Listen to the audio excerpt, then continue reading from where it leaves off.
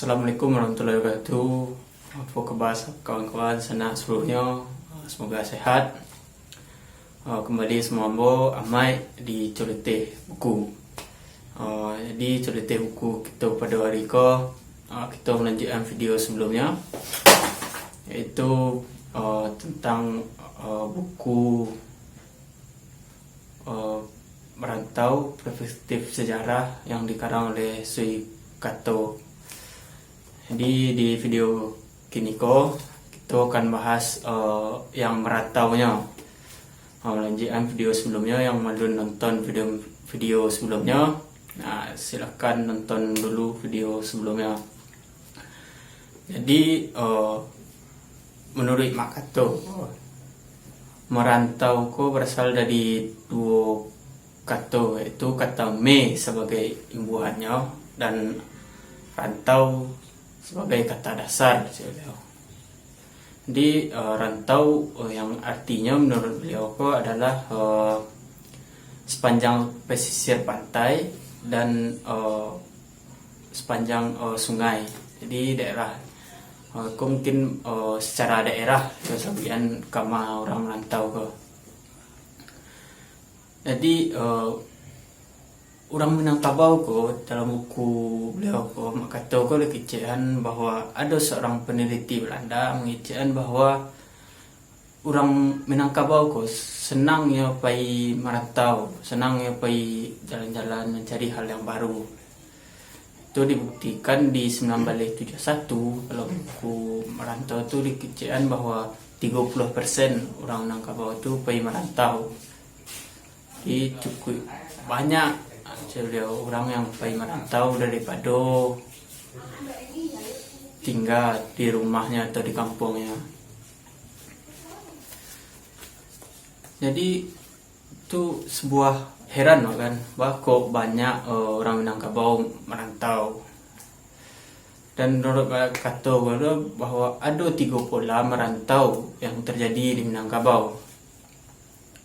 Yang pertama, bahwa merantau pemekaran nagari. Merantau pemekaran nagari itu adalah merantau yang dilakukan dengan terjadinya pemekaran nagari. Biasanya terjadi karena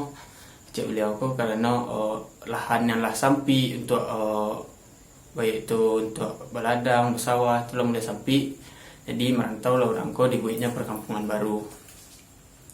Yang kedua adalah merantau keliling.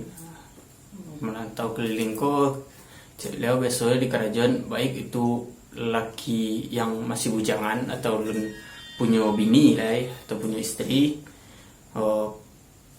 pergi berdagang, maupun orang yang lah punya istri dan dia setiap hari itu atau tiap minggu itu rutin balik ke tempat istrinya, rumah istrinya. Yang ketiga adalah merantau Cina. Bako dikatakan merantau Cina kan, mungkin niko karena diibaratkan sebagai orang Cina yang merantau yang tidak balik ke negarinya balai. Dan itu pun ada terjadi di orang Minangkabau. Namun dalam perbedaannya, merantau Cina yang terjadi dengan orang Cina dengan orang Minangkabau, walaupun ninyolah jauh, tak pernah pulang atau lah dibawanya bininya, anaknya ke rantau, tapi dalam prinsipnya secara dipikirannya jauh dari hatinya dia merasa dakik orang-orang yang di sekitarnya masih merasa dakiknya dengan keminangkabauannya, masih bangga dengan bahwanya orang Minangkabau nya tak akan pernah melupakan bahwa ini tu orang Minangkabau. Di situ sedikit mungkin beda merantau orang Cina juga merantau orang yang ada di Minangkabau. Walaupun orang Cina pun banyak yang merantau.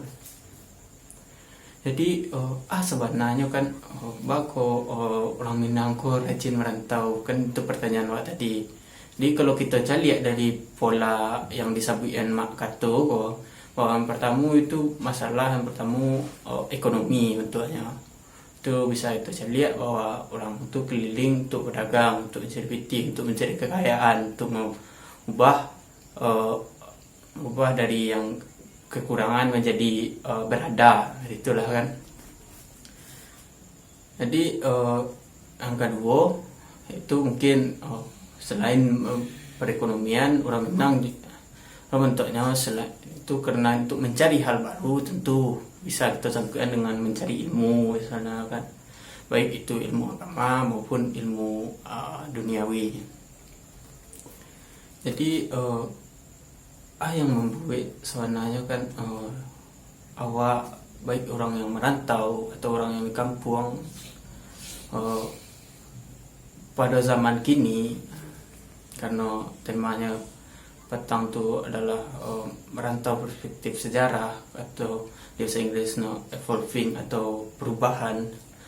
Jadi kita singgung sedikit tentang perubahan yang menurut Mak Kato, bahwa orang yang di Minangkabau banyak khususnya kini kalau menurut Ambo, ketika baik itu orang merantau yang merantau pulang yang ke kampungnya atau orang di kampung menganggap lah terjadi perubahan-perubahan yang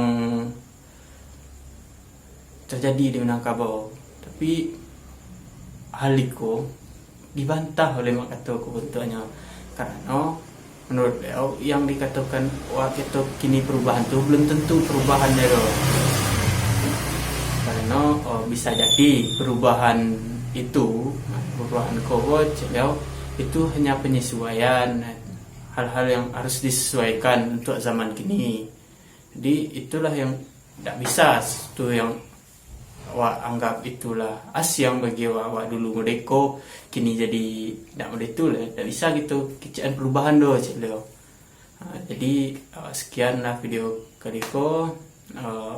Mohon maaf kalau ada yang salah. Sudahi dengan Assalamualaikum warahmatullahi wabarakatuh.